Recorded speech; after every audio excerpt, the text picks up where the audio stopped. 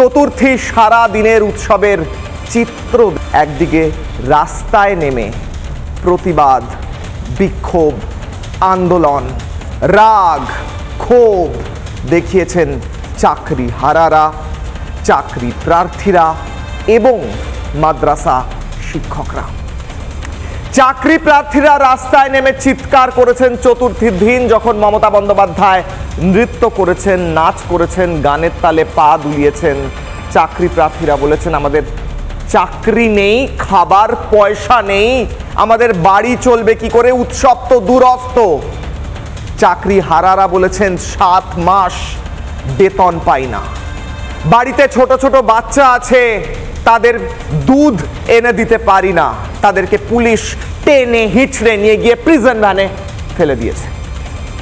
মাদ্রাসা শিক্ষকরা বলেছেন অনেক প্রতিশ্রুতি দেওয়া হয়েছে আমাদের, অনেক প্রতিশ্রুতি পেয়েছি আমরা হাতে লবডঙ্কা। মাননীয়া কোমর দুলিয়েছেন। মনে পড়ছে ফ্রান্সের রানী মারিয়ে অ্যান্তোয়েট কি বলেছিলেন? উৎসব করো, রুটি নেই যখন কেক দাও। ন্যূনতম রোজগার নেই, চাকরি নেই, তারা উৎসবে কি করে মাতবেন? মাননীয়া, উৎসবে ফিরুন। আপনি বলতে পারেন, আপনি কোমর আপনি পা দোলাতে পারেন, কিন্তু প্রশ্ন থাকছে এরা কি করবে।